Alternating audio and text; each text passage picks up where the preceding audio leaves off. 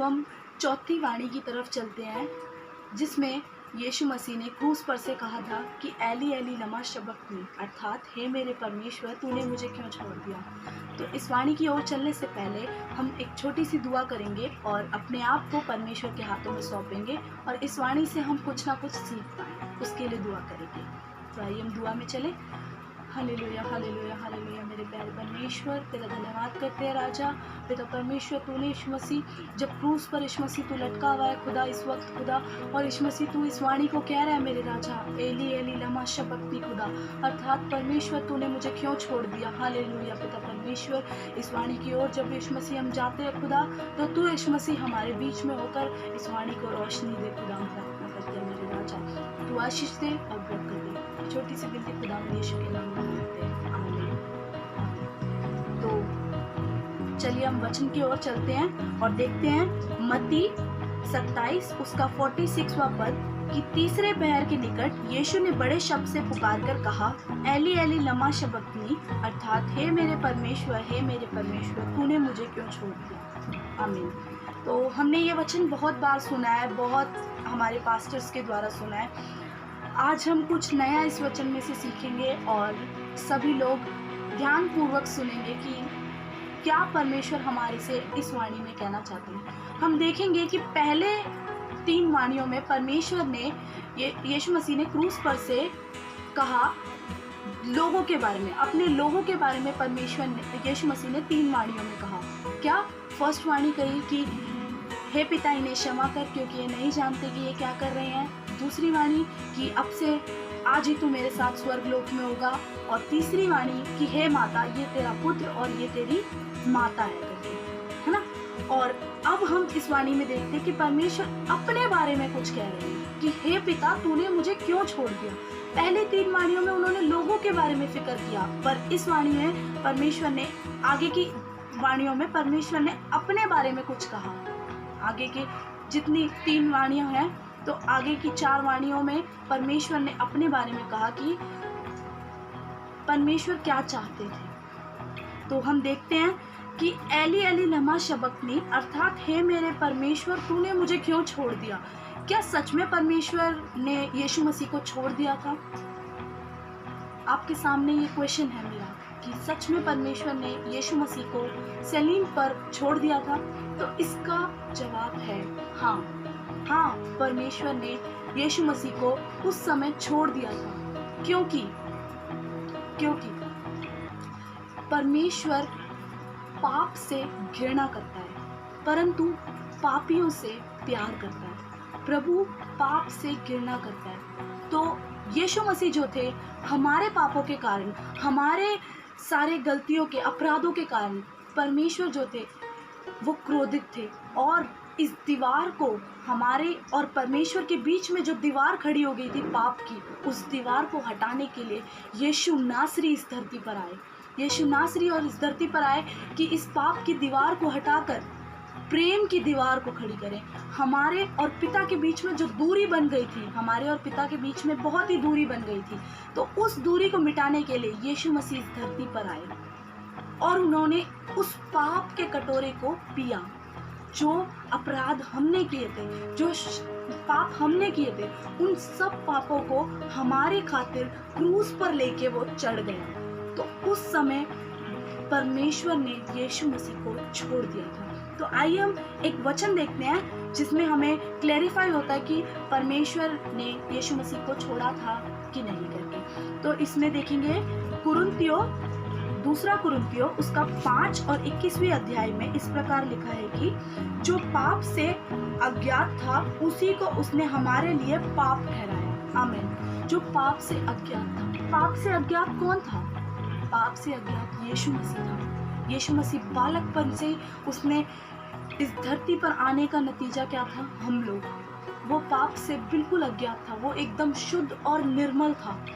वो हमारे लिए इस धरती पर आया और उसने गुनाहों को अपने सर पर लिया, अपने ऊपर लेकर उसने क्रूस पर चढ़ गया, उस क्रूस पर बलिदान हो गया। इसमें क्या लिखा हुआ है कि उसने हमारे लिए उसे पाप ठहराया। यीशु मसीह हमारे लिए पाप ठहराया गया। यीशु मसीह हमारे पापों के लिए पाप ठहराया गया, है ना।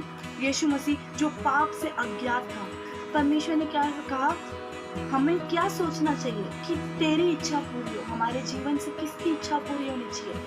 परमेश्वर की इच्छा पूरी होनी चाहिए। परमेश्वर इस संसार में किस लिए आया? प्रेम करने के लिए आया। प्रेम, क्योंकि वो प्रेम का परमेश्वर है, वो आनंद का परमेश्वर है। वो इस धरती पर आया। मत्ती में हम लोग देखते हैं सारे की कौन से सुसमाचार उसने सुनाए? प्रेम के सुसमाचार, प्रेम का, आनंद का सुसमाचार। और अगर हम देखें तो यूहन्ना 3:16 में इस प्रकार लिखा है कि क्योंकि उसने इतना प्रेम किया, सारे जगत से इतना प्रेम किया कि उसने अपना एक लौता पुत्र दे दिया, ताकि जो कोई उस पर विश्वास करे वह नाश ना हो परंतु अनंत जीवन पाए। हमें परमेश्वर ने अपने पुत्र को दे दिया कि कोई नाश ना हो, अनंत जीवन के लिए अपने पुत्र को उसने बलिदान कर दिया। उसने उस क्रूस पर बलिदान कर दिया। हमारे लिए बोलना बहुत आसान होता है कि परमेश्वर क्रूस पर, यीशु मसीह क्रूस पर चढ़ गए और तीसरे दिन फिर मृतकों में से जी उठे। पर उस दर्द को लेकर यीशु मसीह उस क्रूस पर चढ़े। हमारे पापों को लेकर बोलना बहुत आसान है, हम लोगों को खड़े होकर 7 वाणियों को देना, हर चीज करना बहुत आसान है, परंतु वो चीज करना बहुत ही मुश्किल है। चाहे हम अपने हाथों पर ना एक छोटी सी पिन, छोटी सी सुई भी चुबा करके देखे ना, कोई ट्राई करे कि छोटी सी सुई भी अगर अपने हाथों में चुबा करके देखे ना, तो उसमें भी हमें क्या होता है? दर्द होता है। पर यीशु मसीह की जो कीलें टूटी थी ना, वो इतनी मोटी मोटी कीलें थी। आजकल तो वो कीलें मिलती भी नहीं है। वो इतनी मोटी मोटी कीलें थी जो उसके हाथों में गाड़ी गई। किसके पापों के कारण? हमारे पापों के कारण। किसके गुनाहों को उसने लिया? हमारे गुनाहों को लेकर, है ना। इसमें क्या लिखा है अगर हम आगे देखें, यशाया 53 का 10, 53 आयत उसका 10वीं अध्याय में ऐसा लिखा है, तो भी यहोवा की यही भय उसको उसके कुचल उसे रोगी उसको कर दिया, जब वह अपने प्राण दोष बलि करे, हाँ तब वह अपना वंश देखने पाएगा और बहुत दिन जीवित रहेगा। हाँ, परमेश्वर ने हमारे को क्यों, अगर परमेश्वर यीशु मसीह क्रूस पर ना चढ़ते ना, यीशु मसीह अगर हमारे लिए उस क्रूस पर बलिदान ना होते ना, तो हमें इसकी कीमत देनी पड़ती। इसकी, हमारे पापों की कीमत हमें देनी पड़ती, पर हमारे पापों की कीमत उसने ली। तो हमें परमेश्वर का धन्यवाद करना है। दिन प्रतिदिन हमें परमेश्वर के कलाम में आगे बढ़ना है, परमेश्वर के बातों में आगे बढ़ना है ना, परमेश्वर की बातों में आगे बढ़ना है। हर एक चीज़ों को बहुत ही सॉफ्टली लेना है ना, परमेश्वर से प्रार्थना करनी है। और हम देखेंगे कि हमारे जीवन में कैसे परिवर्तन आएंगे, हमारे जीवन में कैसे बहुत परिवर्तन आएंगे, बहुत परमेश्वर हमारे जीवन में ऐसे परिवर्तन करेंगे ना कि हमें समझ ही नहीं आएगा, है ना। तो हमें क्या करना है? पाप से दूर रहना है इस बार, क्योंकि पिछली बार तो जो था वो यीशु मसीह क्रूस पर आकर उन्होंने हमारे पापों को ले लिया, पर इस बार हमें अपना लेखा खुद देना पड़ेगा।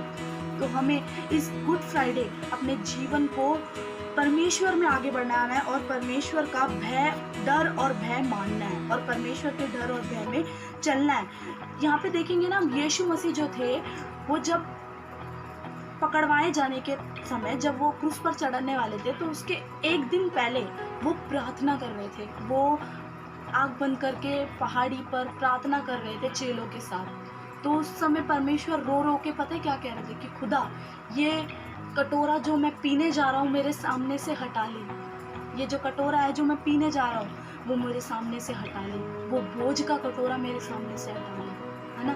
परमेश्वर, यीशु मसीह ने कहा, पर परमेश्वर ने यीशु मसीह के सामने से मुंह फेर लिया। परमेश्वर ने यीशु मसीह के सामने से मुंह फेर लिया और परमेश्वर ने हमें हमारे गुनाहों के लिए उस कैलवरी के क्रूस पर यीशु मसीह का बलिदान हुआ उस दिन। और वो नहीं चाहता था कि हम लोग नाश हो, क्योंकि वो हमसे प्यार करता था। वो नहीं चाहता था कि किसी भी कीमत पे हमारा सर्वनाश हो, क्योंकि यीशु मसीह हमसे प्यार करता था। और परमेश्वर क्रूस पर लटके हुए उस चौथी वाणी को बोला कि मैं प्यासा हूँ, और सारे जगत में अंधकार छा गया, क्योंकि यीशु मसीह ने इस वाणी को इसलिए कहा, यीशु मसीह ने इस वाणी को इसलिए कहा क्योंकि वो देख रहे थे कि पूरी संसार में अंधकार हो चुका था, पूरे संसार में अंधेरा हो चुका था। तो यीशु मसीह देख कर कह रहे थे, रो रहे थे वो कि हे पिता, तूने मुझे क्यों छोड़ दिया। आज हम सब इस गुड फ्राइडे पे परमेश्वर में आगे बढ़े और अपने पापों का अंगीकार करें और अपने पापों को हर दिन, अगर हम देखते हैं ना कि हम पाप कर रहे हैं तो हमें क्या सोचना है, हम हर दिन यीशु मसीह को क्रूस पर चढ़ा रहे हैं, हम उसकी बलि दे रहे हैं। हर दिन हम यीशु मसीह की बलि दे रहे हैं, हर दिन हम क्रूस पर उसे बलिदान कर रहे हैं। हमें पाप नहीं करना, हमें पाप से अपने मन को, अपने मुंह को फेरना है और परमेश्वर में अनंत जीवन को प्राप्त करना है, इटर्नल लाइफ को प्राप्त करना है, जो हमेशा की जिंदगी है। परमेश्वर हमें हमेशा की जिंदगी देता है। मेरे प्रियो, आप इस गुड फ्राइडे अपने पापों से दूर होकर, शैतान को अपनी लाइफ से दूर कर कर इस गुड फ्राइडे हम एक संकल्प ले कि हम पाप नहीं करेंगे और ना किसी को पाप करने देंगे, ना हम करेंगे ना किसी को पाप करने देंगे। आप सबको जय मसीह की गुड फ्राइडे मुबारकबाद।